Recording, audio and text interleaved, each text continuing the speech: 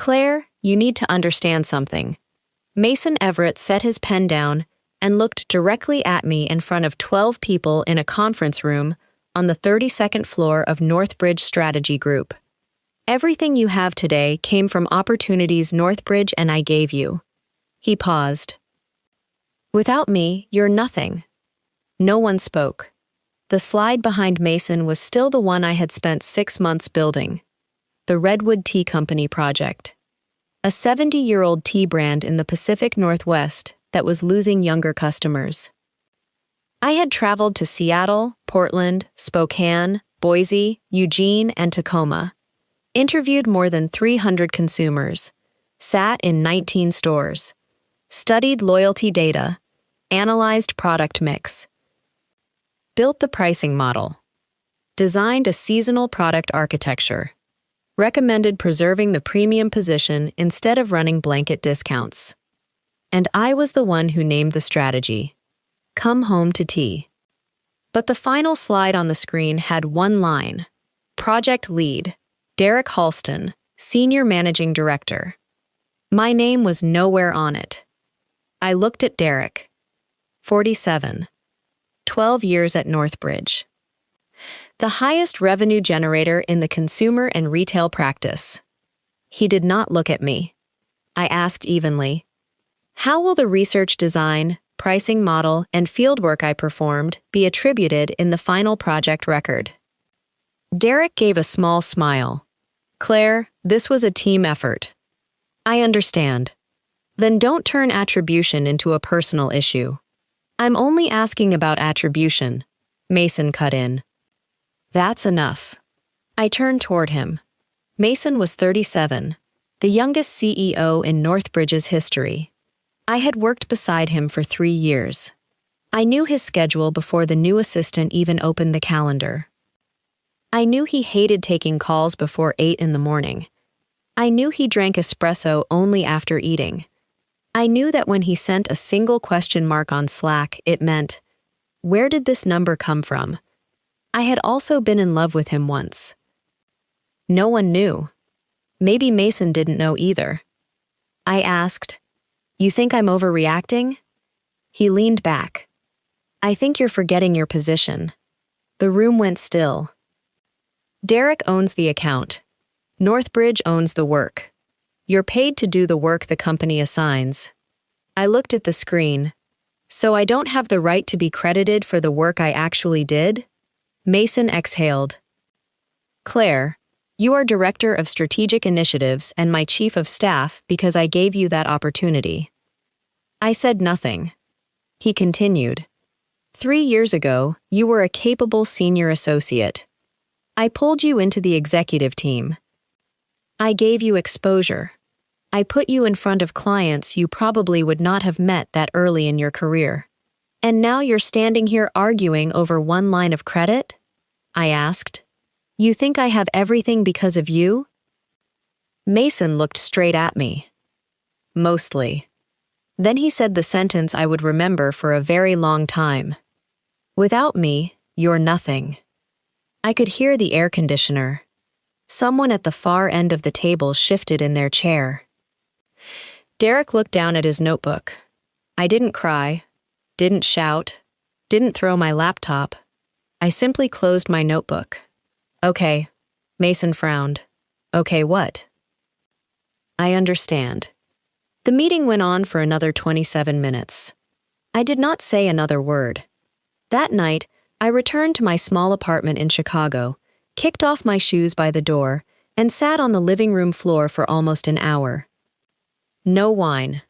No calls to friends. I opened my personal laptop, pulled up a resume I had not updated in 3 years. My name, Claire Whitfield, 32 years old. Director of Strategic Initiatives and Chief of Staff to CEO, Northbridge Strategy Group. Before that, Senior Associate, Consumer Strategy. Before that, Market Research Analyst at a retail data company. Masters in Integrated Marketing Analytics, Northwestern University. I stared at the screen. Mason had been right about one thing. He had given me opportunities. He had pulled me into executive work early. Let me sit in on board preparation. Let me join client pitches. Trusted me with difficult assignments. But opportunity does not manufacture ability. An open door does not automatically teach someone what to do after they walk through it. Over the last 3 years, I had handled more than 40 strategic reviews, built forecasting models, led consumer interviews, designed pricing architecture, rewritten client decks at 2 in the morning, caught bad data 3 times before it reached the board, and repeatedly stood behind Mason, keeping things running so smoothly that eventually no one remembered someone was holding them together. The next morning, I arrived at the office at 7:05. Mason usually arrived at 7:40. I printed my resignation letter. Nothing dramatic. No mention of being insulted. Just 4 weeks' notice. Transition support. Return of all company property. Compliance with confidentiality and post-employment obligations. At 7:43, I placed the letter on Mason's desk. He walked in 2 minutes later, saw the envelope, then looked at me. What is this? My resignation. I'm giving 4 weeks' notice. Because of yesterday? Not only yesterday. He opened it. Read. You're serious? Yes. Where are you going? I don't know yet. A competitor? No. How much is the offer? I don't have one. Mason stared at me as if I had just said I planned to jump off a bridge. You're quitting without another job? I'm quitting because I don't want to stay. He came around the desk. Claire, you're reacting emotionally. I drafted the transition plan. I'm not asking about process. But process is how I'm going to handle this. His mouth tightened. I can change your title. I don't need a new title. Raise your salary. No. Bonus? No. Partner track equity pool? No. Mason stopped. Then what do you want? I looked at him. I want to test something. What? Whether I'm really nothing without you. His expression changed. Claire, I didn't say that. You did. I was angry. Maybe. You know I didn't mean. I don't need an explanation. I put a folder on the desk. This is the transition map. He didn't touch it. I continued. All Redwood T project files remain in Northbridge systems. There are no copies on my personal devices. Northbridge-owned frameworks stay here. My academic models and pre-employment portfolio materials were already listed in my onboarding IP schedule. Mason frowned. You think I suspect you of stealing something? No. Then why say all this? Because I want nothing ambiguous when I leave. That was how I resigned. I took no client list. Downloaded no deck. Forwarded nothing to Gmail. Messaged no client with, I'm starting my own firm, follow me. I recruited no employees. I handed over calendar logic, client status, board deadlines, research vendor contacts, executive prep templates, pending approvals. The person replacing me was Lucas Byrne, 29, transferred from the investment team into the executive office. Smart, organized. On his first day, he looked at my calendar color system. What's gray? Events Mason hates but has to attend. Is that in the handbook? No. Yellow. External partners. Red. Board. Blue. Finance. Lucas looked at me. You created this? Yes. What does the triangle icon mean? Dinner with a dietary restriction. And the black dot? The person on the other side hates last-minute location changes. Lucas stared. You track all that? I track it so Mason doesn't have to think about it. On day 5, an assistant booked a steakhouse for a client recovering from stomach surgery. Lucas caught it because he found one of my old notes. On day 9, Mason walked into a meeting and asked, "Where does the 14.7% figure come from?" Nobody answered immediately. Lucas searched the folder. I wasn't in the room anymore. Later he messaged, "Now I understand the question mark messages." I replied, "You'll learn." Northbridge did not collapse. Derek still had clients. Mason was still CEO. The building was still 32 stories tall. But small things started taking longer. And for the first time, I understood. Invisible labor is invisible only until it disappears. On my last day, HR collected my badge at 5:06. I carried out one small box. No files. No company laptop. No client documents. Only a team photo, a mug, 2 books, and a navy blue fountain pen I had never used.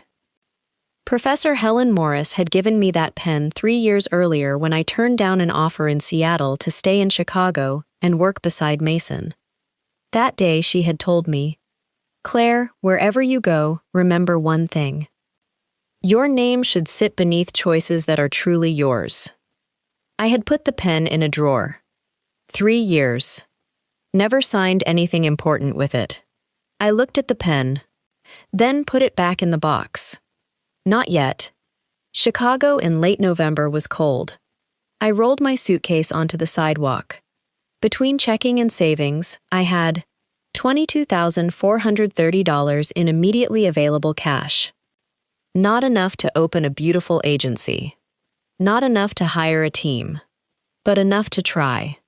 3 days later, I flew to Seattle. Not because I had a client. Not because I had an investor. Because I needed to leave the building where every road eventually led back to Mason Everett. Seattle welcomed me with rain. Not heavy rain. Just a thin layer of water sliding down the Uber window from SeaTac to the month-to-month studio I rented in Capitol Hill. I had 2 suitcases, 1 personal laptop, a box of books, the navy pen, and $22,430. On the first night, I sat on the floor eating ramen from a takeout container because the apartment still had no table. I opened a spreadsheet. Rent, health insurance, software, phone, business registration, professional liability insurance, meeting room rentals, travel, research subscriptions, taxes, food. I had built budgets for multi-million-dollar projects. Now I was deciding whether I could justify a second monitor that cost $280. I laughed to myself. On day 2, I called Professor Helen Morris. She had supervised my graduate thesis at Northwestern. She was teaching a visiting semester at the University of Washington. We met at a coffee shop near campus. Helen looked at me for a long time. "You actually quit?" "Yes." "Any clients?" "No." "Team?" "No." "Capital?" "About 22,000 of my own." She took a sip of coffee. "What is the most valuable thing you have?" "My ability." "Not enough." "My network." "Not enough." "My reputation." "Not enough." I frowned. She smiled. "The most valuable thing you have is that you know what you don't have." I went quiet. Helen asked, "What's the plan?" I opened my laptop. Proposed name, Lighthouse Consumer Strategy. Draft logo. Website, Small South Lake Union office. Brand designer, professional photos. Helen looked at the budget. "How much?" "About 14,000 if I keep it lean." "Revenue?" "None yet." "So your plan is to spend more than half your cash looking like a company before you have a business." I stared at the screen. She said, "You left a place with a beautiful lobby. Don't spend your savings rebuilding the lobby before you have customers. That night, I deleted the office plan, deleted the photo shoot, kept LLC registration, insurance, accounting software, domain, video meeting tools, research subscriptions, and a simple landing page. I changed the company name to Lumen Field Strategy, not after the stadium. Lumen as in light. I wanted to help older brands find what still had light left in them. On day 5, the LLC was registered in Washington. Day 6, the business bank account opened. Day 7, I started emailing. Not thousands of strangers. I built a list. Regional food brands, heritage retailers, small consumer companies, local manufacturers, founder-led businesses aging alongside their customer base. 10 days, 37 emails, 16 no responses, 11 rejections, 6 said stay in touch, 4 agreed to calls, 0 contracts. I learned something quickly. At Northbridge, when I emailed someone, the name Claire Whitfield had a recognized firm behind it. Now behind Claire Whitfield was only Claire Whitfield, Lumen Field Strategy. A 3-page website. On day 12, I almost accepted a free project. A local snack brand said, "We like your thinking, but we don't have budget yet. Do the strategy now, and if it works, we'll pay later." I stared at the email for a long time. There had been a time when I would have said yes, because I wanted to prove myself. I deleted the draft, replied, "Thank you. I can offer a paid diagnostic first. I don't provide full strategy on a success fee basis." They disappeared. I was upset for 2 hours, then kept going. On day 15, I sent a 4-page analysis to Patricia Bell, 56. Owner of Bell & Briar Bakery, a family bakery and preserves brand with 4 locations around Tacoma and Olympia, stable revenue, loyal customers, but steadily declining purchases among consumers under 35. I did not send a complete strategy. Only 4 observations from public information and store visits. The packaging was beautiful but hard to read on mobile. The stores told history well, but gave younger customers no present-day reason to return. Seasonal menu items had no system. Social content showed products but not rituals. Patricia called. "You came into my stores?" "Twice." "You didn't tell anyone?" "I bought like a normal customer." "You think I'm doing everything wrong?" "I think your brand is living on the memory of older customers." She went quiet. "Is it that bad?" "No. I think that history is an asset. But the asset needs to be translated into a reason to buy now." She invited me to Tacoma. We sat in the original family store, with a photograph of her father still hanging behind the counter. Patricia said, "I hate agencies." "Why?" "They walk in, tell me the logo is old and my customers are old, then want to change everything." "I don't want to change your logo." "Then what do you want to change?" "I want younger customers to have a reason to walk in without making older customers feel like the place no longer belongs to them." She studied me. "How much?" I had prepared. Diagnostic plus customer interviews plus seasonal architecture plus pilot store plan, $7,500. Patricia laughed. "You just opened your company?" "Yes." "And you're asking me for $7,500? "Yes." $5,000. I almost said yes. I had about $18,900 left. I needed revenue, but I remembered all the times my work had been treated as something people were simply entitled to. 7,000. Patricia raised an eyebrow. I said 5. "I know. You discounted 500? Because if I go lower, I have to cut customer interviews or field work. I don't want to charge less by doing worse work." She stared at me for almost 10 seconds. then said, 6'5". I shook my head. 7. She burst out laughing. Stubborn. I've been called that before. Fine. 7. Deposit. Deposit. $2,500. When the notification hit my business account, I stared at it longer than was reasonable. It wasn't much money. But it was the first money someone had paid me for. My name, my analysis, and my promise. No Northbridge logo. No Mason. No Derek. I treated the project like the biggest client of my life. Because at that moment, it was. I spent 6 hours a day in the stores. Interviewed longtime customers, younger customers, employees, people who walked past without entering. I discovered younger consumers did not dislike old brands.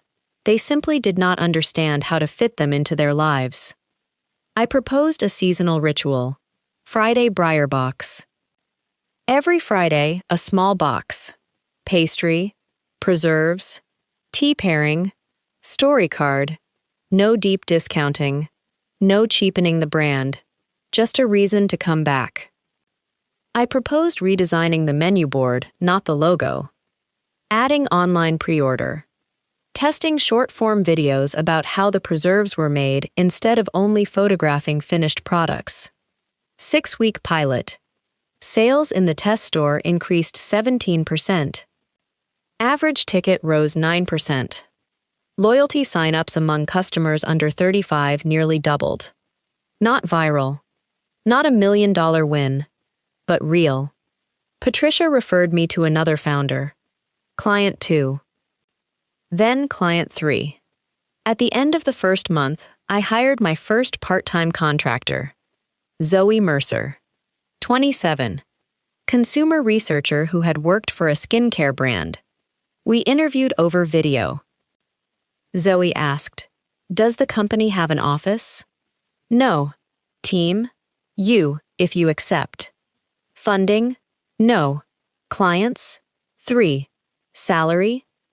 "I can only afford project-based work for the first 3 months." She smiled. "Sounds irresistible. I'm not marketing the job to you. Then why should I join?" I thought about it. Because I want to build a place where the person who creates the idea gets their name attached to it. Zoe went quiet. "Do you mean that?" "Yes." "Then I'll try." She became the first person. I did not call her an assistant. Did not bury credit in a generic team label. Every client deck listed. Lead strategist. Research lead. Analyst. Whoever did the work appeared there. I wanted the new company not to repeat the old one. Meanwhile, Northbridge continued the Redwood Tea project. Derek kept the account. Mason did not call me. I did not call him. But 3 weeks later, Lucas sent a message. "Is the gray calendar code for he hates this but has to go?" I laughed.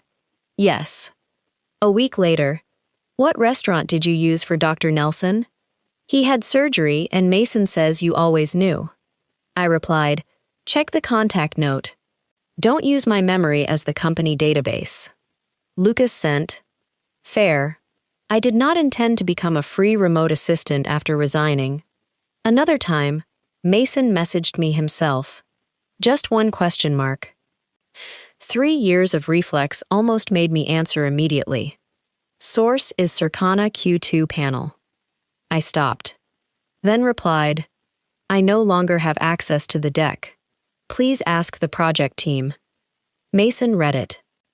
Did not respond. It was one of those small but important moments. I was no longer an extension of his memory. I was a person at another company. Redwood Tea began running into trouble in the 8th week of the rollout. I did not hear it from Northbridge. I saw it in a retail industry article. Redwood's youth campaign drives traffic, but franchise partners question discount depth. I read the piece. I wasn't happy. Wasn't smug. Only disappointed. My original strategy had not used discounting as the primary engine. Derek had kept creator partnerships, seasonal storytelling, limited edition tea flights, digital campaigns. But he cut store experience retrofit, staff education, premium sampling ritual, customer retention architecture. Then he added 20% off campaigns, buy one get one, flash coupons. At first, traffic increased, sales increased. 6 weeks later, gross margin fell, coupon customers rarely returned. Franchisees started complaining because the national campaign forced discounting while they absorbed part of the cost. 1 month later, Redwood replaced its CMO. Its CEO, Martin Graves, called me. I missed the first call because I did not recognize the number. He texted, "Claire, this is Martin Graves from Redwood Tea. I'd like to speak about an independent strategy review." I stared at the message.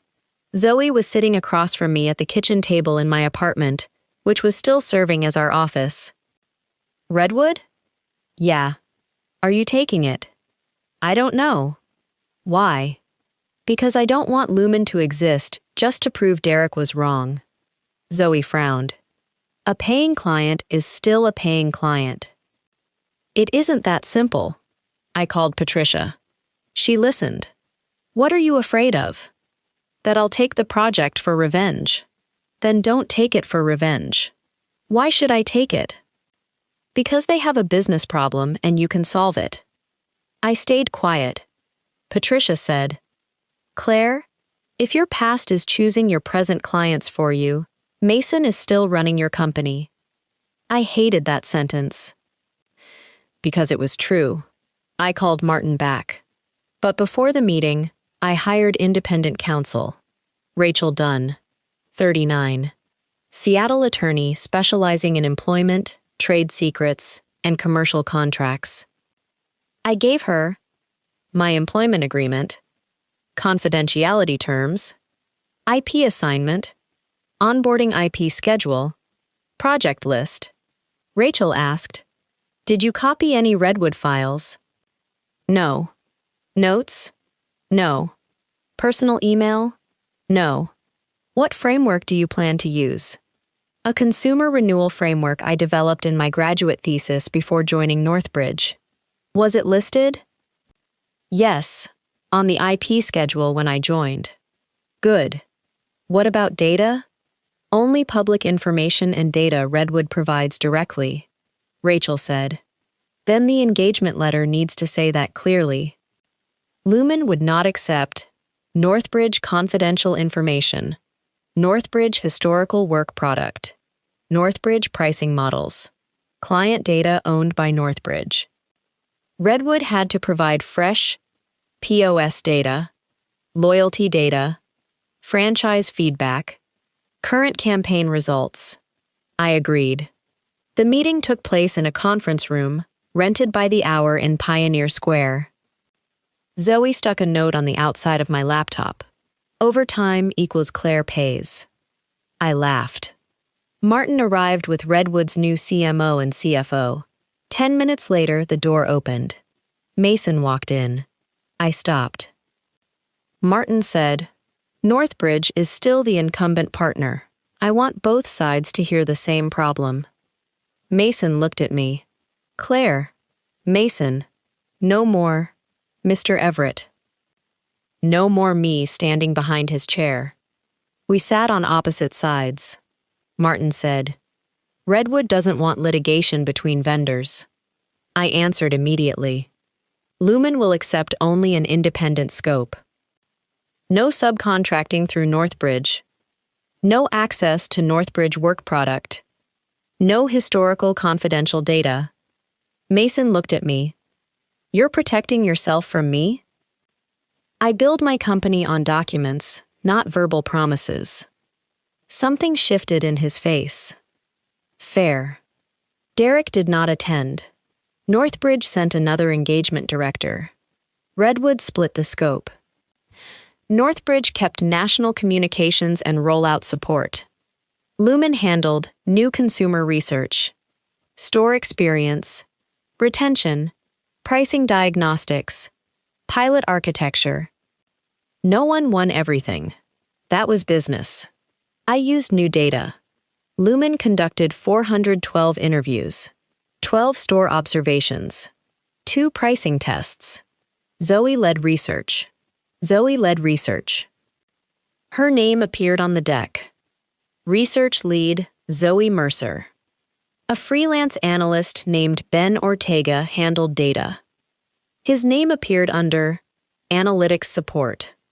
I did not collapse all the credit into Claire Whitfield, founder. If I built a new company and then swallowed everyone else's contribution, my resignation would become a joke. 2 weeks later, we presented preliminary findings.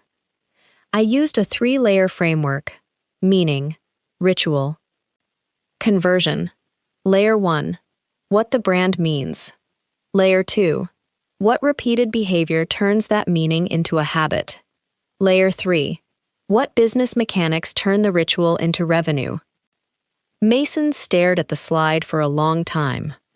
I had no idea what he was thinking. The meeting ended. 4 days later, an anonymous LinkedIn account posted a comparison. An old Northbridge slide from the Redwood project. A Lumen slide. Caption: Former Northbridge Chief of Staff launches independent firm using proprietary framework from her old employer. The post was shared. A trade newsletter picked it up, then a niche marketing subreddit. Comments: classic consultant spin-out. She probably walked with the deck. No wonder she got the client so fast. Zoe called me at 6:12 in the morning. Claire, I saw it. What do we do? Delete nothing. I wasn't going to. Don't rename files. Okay. Don't edit versions. Okay. Snapshot the entire project workspace. Preserve email. Call Rachel. I called my lawyer before I called Mason. Rachel said, do not argue on social media. I wasn't planning to. Origin of the framework? Graduate thesis. Timestamped. University archive. Version history. Yes. Onboarding IP schedule. Yes. Good. I sent an internal preservation notice to everyone at Lumen. Then a formal notice to Redwood and Northbridge. Lumen denies use of Northbridge trade secrets. All relevant records are preserved. We request mutual preservation of access logs, download history, document versions, and communications related to the circulated materials. Mason called. Claire, I can make this story disappear in an hour. How? PR relationships. No. You want it spreading? I want a conclusion. People don't wait for conclusions. I know. I can call the editor.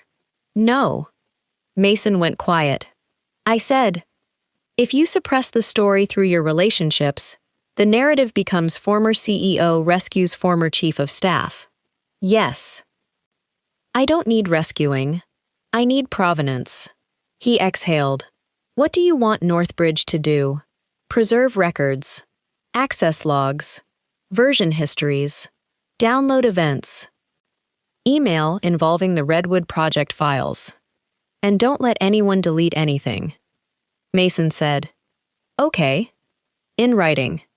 A second of silence. You're still the same. Thank you. Northbridge General Counsel issued a litigation hold that day. Redwood preserved its records too. Rachel obtained my thesis from Northwestern's digital repository. Title: Reactivating Heritage Brands Through Consumer Ritual Architecture. Submitted 6 years earlier. Advisor: Professor Helen Morris. The appendix contained the same 3-layer structure. The academic labels were not exactly meaning, ritual, conversion. They were identity layer, behavioral ritual layer, commercial conversion layer, same architecture, submission timestamp intact, university archive checksum intact. My Northbridge onboarding IP schedule, signed 3 years earlier, listed Heritage Brand Ritual Framework, pre-existing academic work. That was evidence layer 1. The framework did not originate at Northbridge. But Rachel said, "We're not done." I know. The accusation also uses a Northbridge slide. We need to know how that got outside. Northbridge logs showed the old slide was downloaded at 11:43 p.m., 3 days before the post. User, Nolan Pierce. Executive Assistant to Derek Halston. Mason called. "We have the access event." I know. General Counsel just sent it to Rachel. I need more than access. Claire, Derek's assistant, downloaded the file. Downloading does not prove leaking. Mason went quiet. I don't want a weak conclusion just because it favors me. What do you want? A connection. That was layer 2. The Lumen draft slide that appeared in the leak was not a public version. It was draft v0.7. Only 3 groups had received it. Lumen Internal, Redwood Executive Team, and a prospective media testing vendor Redwood had considered. Harborline Media. Zoe asked, "Could Redwood have leaked it?" Yes. Harborline? Yes. How do we find out? Not by investigating private data ourselves. Rachel asked Redwood to review its distribution log. The draft had been sent from Redwood's CMO to Harborline so they could estimate media implications. Harborline was a small agency in Bellevue.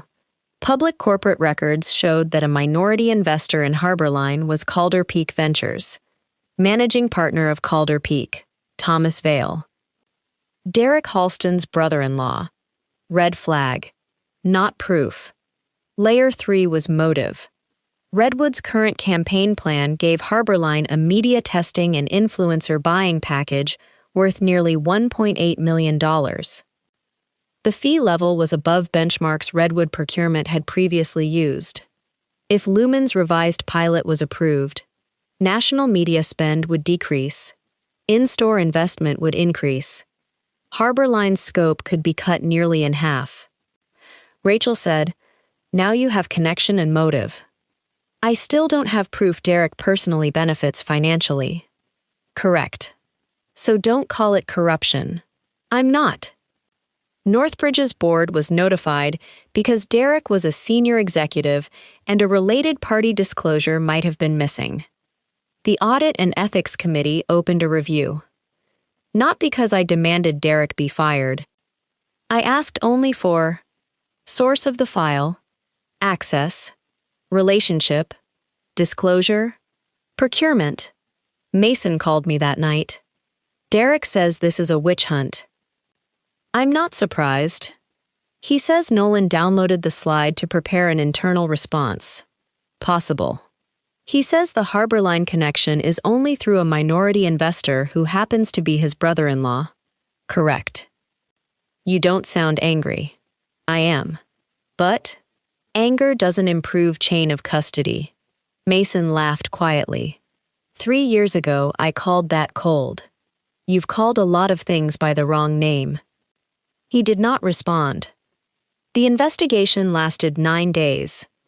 During those 9 days, Lumen lost 2 prospective clients. One said, "We want to wait until the IP issue clears." I answered, "Understandable." After the call, I went into the bathroom and cried for 5 minutes, then washed my face.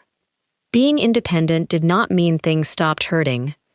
It only meant I could not drop the pain on someone else's desk and demand they fix it.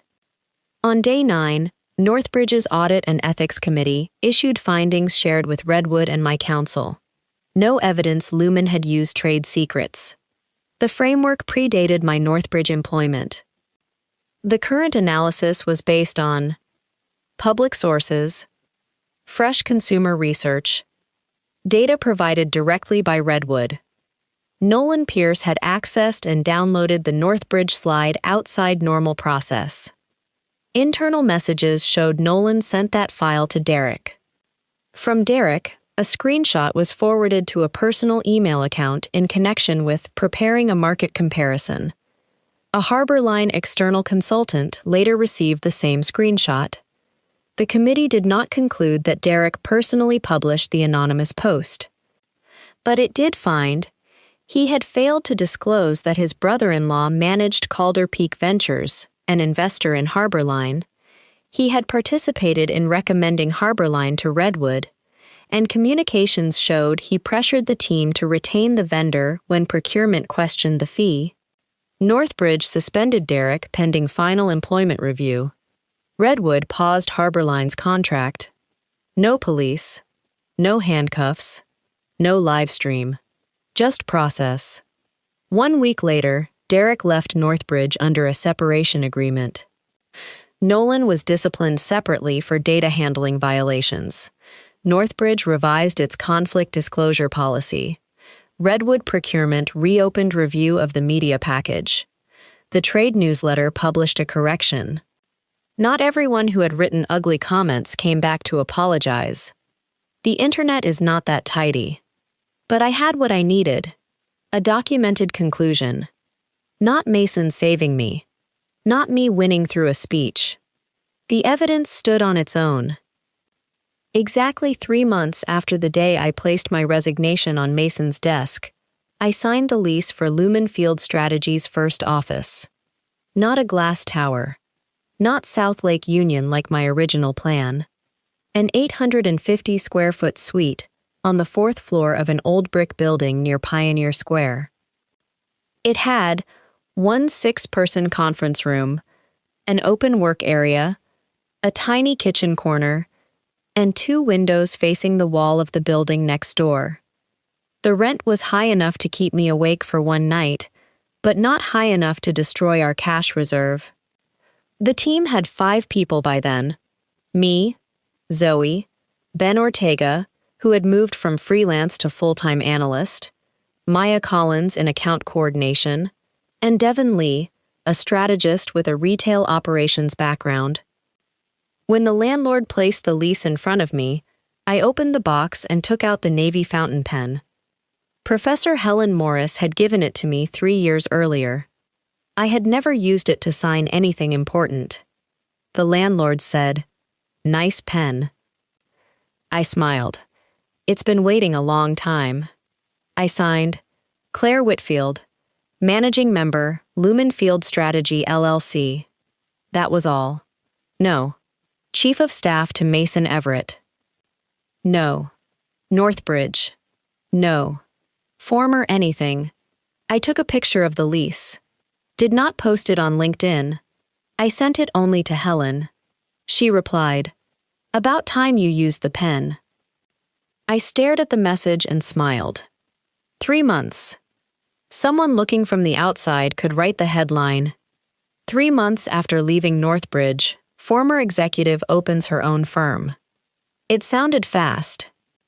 But those 3 months contained 37 cold emails before the first contract, 2 prospects disappearing, a month when I paid my own insurance from savings, nights building proposals until 2 in the morning, 1 week when I thought I might have to delay my own paycheck, an accusation that I had stolen IP, and 5 minutes crying in a bathroom because a prospective client said they were afraid to sign with me. 3 months was a calendar marker. Not magic. The scandal clearing did not make business easy. The 2 prospects that left did not come back. 1 new client did. An existing client asked for a 20% fee reduction. I refused 10% of that request and offered a smaller scope instead. 1 project slipped because the client's data was a mess. Once, Ben made a forecast error. I corrected it. Did not blame him publicly. Another time, I underestimated research hours by nearly 40%. Lumen absorbed the cost. Zoe asked, "Do you want to charge a change order?" No. The client shifted scope a little. Not enough. So we eat the loss. Yes. That hurts. Yes. That was part of the education, too. Being the owner did not mean every decision I made was right. It only meant there was no longer anyone else to blame. Redwood approved the new pilot. Northbridge kept national communications. Lumen led 3 market pilots: Seattle, Portland, Spokane. We did not launch a national campaign immediately. Pilot changes included moving sampling from giveaways to guided tasting, staff training with a short script that did not sound robotic, seasonal tea flights built around regional origin stories, loyalty rewards based on early access instead of direct discounting, menu architecture that reduced low-margin SKUs. After 10 weeks, gross margin recovered almost 4 percentage points in pilot stores. Repeat purchase among new customers improved. Franchise satisfaction rose. Coupon dependency fell. Martin Graves did not call and say, "You saved Redwood." He said, "The pilot's work. Let's scale carefully." I liked that better. One day after a meeting, Mason stayed behind. "Claire." "Yes? Do you have 5 minutes?" I checked my calendar. "Yes." We stepped into a small Redwood meeting room. No assistant. No Derek. Mason set a folder down. Northbridge corrected the project record. I opened it. Redwood Tea. Original Strategy Development. Lead Account Executive. Derek Halston. Strategic Research and Consumer Renewal Framework. Claire Whitfield. Pricing Architecture. Claire Whitfield. Field Research Lead. Claire Whitfield. Implementation Revision. Derek Halston and team. I stared at the page. Mason said, "Your bonus was undercredited too." A number. $18,400. Payroll will process it. I didn't ask. You shouldn't have had to. I looked at him. He said, "This is not an offer for you to come back." Good. It's not an apology in exchange for forgiveness. Good. It's a correction. I closed the folder. "Thank you." Mason watched me. "Claire, I was wrong." I said nothing. Not just about what I said that day. I got used to you standing behind me for too long. The calendar ran. The data was right. Clients were prepared. Projects moved smoothly. I started treating all of that as a feature of the position instead of the skill of the person doing it. I asked, "When did you realize?" He gave a sad smile. "The day Lucas asked me what Dr. Nelson was allergic to." I almost laughed. And a lot of days after that. The company still runs. Of course. But I finally saw how many things I assumed happened naturally because someone had been doing them. I said, "Good that you see it. Are you still angry?" "Yes." "For how long?" "I don't schedule emotions." He nodded. My phone buzzed. Zoe. Client call in 6. I stood. Mason asked, "Do you like this?" "What?" "Lumen." I thought about it. Not every day. He smiled. "But?" "It's mine." I left. I did not turn around to see where he was looking. 6 months after I left Northbridge, Lumen had 13 people. Not more. I deliberately grew slowly. Revenue covered payroll. Cash reserve exceeded 4 months. No venture capital. No mysterious investor. No unicorn valuation.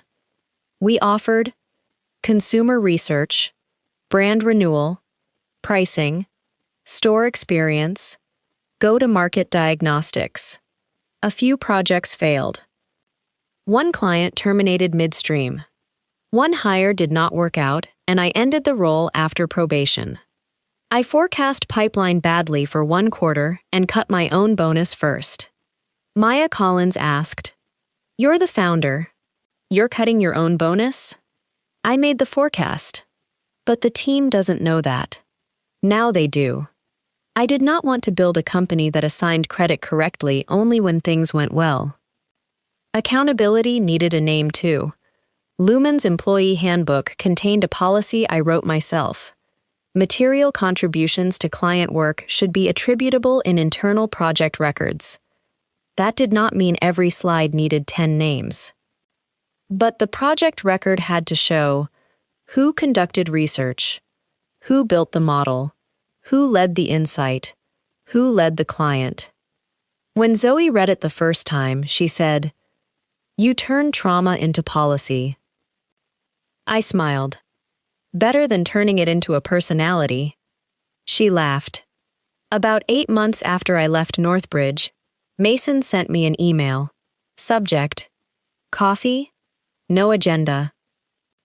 No project, no redwood. I stared at it for a few minutes, then replied, 30 minutes, Thursday, 4:30. We met at a coffee shop near Lake Union. No one wore a suit. Mason arrived first. I set my bag down. "What did you want to say?" He smiled. "You still go straight to the point. I bill by the hour now. How much would Lumen charge me? I haven't decided whether I'd accept you as a client." He laughed for real for the first time, then went quiet. "Claire, yes? There's something I never understood. I can think of several things. Fair." He looked at his cup. "Did you ever like me?" I wasn't surprised. Maybe because that question had been sitting between us for too long. "Yes." Mason looked up. "Since when?" "Before I became chief of staff." "Why didn't you tell me?" "I thought about it. Because you were the CEO. Because I worked for you. Because I didn't want my career to become part of a romantic story. And because for a while, I thought if I stayed beside you long enough, you would figure it out on your own." He smiled sadly. I didn't. "No. What about now?" I looked through the window. Seattle at the end of winter was gray. "I still care about you." Mason went still. "But I don't want to place my future next to yours anymore." He swallowed. "Why?" "I can't build Lumen only to return to the position I left. I don't want you standing behind me anymore." "I know. I've changed. I know that too." "So there's no chance?" I looked at him. "Mason, someone can apologize sincerely, change sincerely, become better sincerely. But that doesn't mean the other person has to come back and validate that change." He looked at me for a long time, then nodded. "You're right. No argument. No. I'll wait. No. One day you'll understand. Just, you're right." That was the moment I believed he had changed more than I had believed any apology. Before we left, Mason said, "What I said that day, I remember. I should never have said it. Yes. There was a time I really believed the opportunity I gave you was bigger than the ability you brought. I know. Now I think the opposite." I smiled. "Don't turn me into a genius just to make up for underestimating me." He stopped. "Fair. I'm capable. I also make mistakes. Lumen is not working because I'm some hidden genius Northbridge failed to appreciate. It works because the team works, clients pay, and we correct mistakes fast enough." Mason smiled. "That might be the most Claire sentence I've ever heard. I'm charging you for that one." We left the coffee shop in opposite directions. No drama, no music, but I felt light. 1 year after I resigned, Lumen signed a lease for a small satellite office in Portland. Not a major branch. 3 people. Enough local client work to justify it. I used the navy pen again. Zoe watched me sign. "You only use that pen for major milestones?" "Apparently." "Is there a story?" "Yes." "Do I know it?" "Not yet." "When?" "When I'm old and talk too much." Zoe laughed. That same week, Lumen and Northbridge were both invited to pitch a regional retail holding company. No one eliminated the other. The client wanted two different scopes. Northbridge, portfolio-level transformation. Lumen, consumer diagnostics for two heritage brands. The meeting was in Seattle. Mason sat on one side of the table. I sat on the other. Lucas was now director of executive operations. Zoe sat beside me. A Northbridge analyst presented a slide. Young consumer retention in category declined 18%. I looked at the footnote. Source: 2023 dataset. Current comparison period: 2024 to 2025. I said, "The 18% figure isn't comparable." The room paused. The analyst looked over. Mason asked, "Why?" I pointed to the note. The sample definition changed. 2023 used urban panel only. 2024 adds suburban households. You can't call that a direct decline. Mason turned to the analyst. Check. 2 minutes later, the analyst said, "Claire's right. Years earlier, if I had been beside Mason, I might have whispered the correction before the meeting, or sent a question mark, or fixed the slide at midnight so no one ever knew the error existed. Now I said it openly from the other side of the table." Mason said, "Thank you." The meeting continued. No one died. No one was humiliated. No one needed to win. I looked at the table. That was the right place for us. Not me standing behind Mason. Not Mason standing in front of me. Two people on opposite sides of a table, each responsible for their own expertise. The client ultimately hired both firms. Northbridge for transformation work. Lumen for consumer work. The world did not need one side to disappear for the other to have value. One evening after a meeting, I returned to the office late. The team had already left. I stood by the window. Rain over Pioneer Square. On the shelf was a framed copy of our first lease. Claire Whitfield. 3 months after Mason had said, "Without me, you're nothing." If you told the story briefly, it sounded like a perfect revenge story. He said one sentence. I quit. 3 months later, I had my own office. 6 months later, 13 employees. 1 year later, Portland. But the truth was less tidy. There were days I was afraid. Days I missed Northbridge. Days I missed Mason. Days payroll kept me awake. Days clients backed away because of the scandal. Days I wanted to return to a place with a guaranteed salary, benefits, a legal team, a research budget, and other people to absorb responsibility when things went wrong. I did not go back, not because I was strong every day, only because eventually I understood something. If I returned just to prove I hadn't failed, Mason would still be the measure. If I built Lumen only to prove him wrong, Mason would still be the measure. If every new contract became another moment of turning around and asking, "Do you see now?" then I had never really left. I took the navy pen out of its box. Professor Helen had once told me, "Your name should sit beneath choices that are truly yours." At the time, I thought she was talking about signatures. Later, I understood she was talking about ownership of a life. There were years when I let my name sit beneath Mason's calendar, Derek's projects, Northbridge client records, a love I never spoke aloud. No one forced me entirely. I had also chosen to stay. That did not make me weak. But leaving was when I began choosing again. Mason gave me opportunities. I will not rewrite history to deny that. Northbridge taught me a great deal. Derek once gave me exposure to major clients before he started taking too much credit. No one is only one thing. But gratitude is not a lifetime contract. Someone opening a door for you does not make them the owner of every ability you build after walking through it. 3 months after leaving, I did not prove I was somebody because I had an office.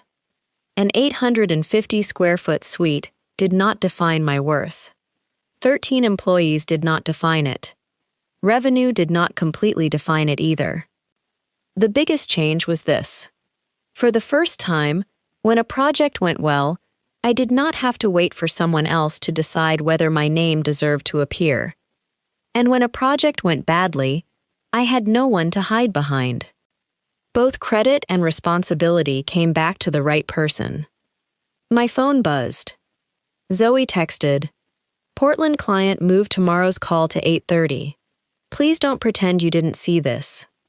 I smiled. Replied, "Seen."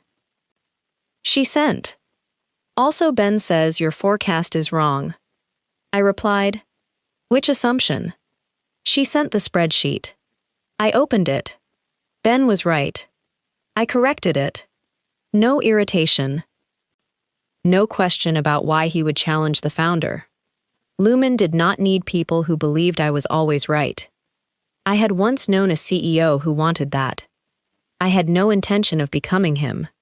Close to 10, I turned off the office lights. Before leaving, I looked at the navy pen on my desk. I no longer kept it in the box. Since starting the company, I used it often. Leases, client contracts, offer letters, a termination I hated but had to sign, bonus plans, the Portland office. The pen no longer waited for major milestones, because my life no longer waited for someone else to decide which choices were important enough to carry my name. I closed the door. In the hallway, the Lumen Field Strategy logo was much smaller than the Northbridge name that once hung on the 32nd floor. It did not look small to me. It looked right. The day Mason said, "Without me, you're nothing," I thought the answer had to be, "You're wrong. I'll show you how successful I can become." 1 year later, I knew the real answer was shorter. Without you, I'm still me. And finally, that was enough.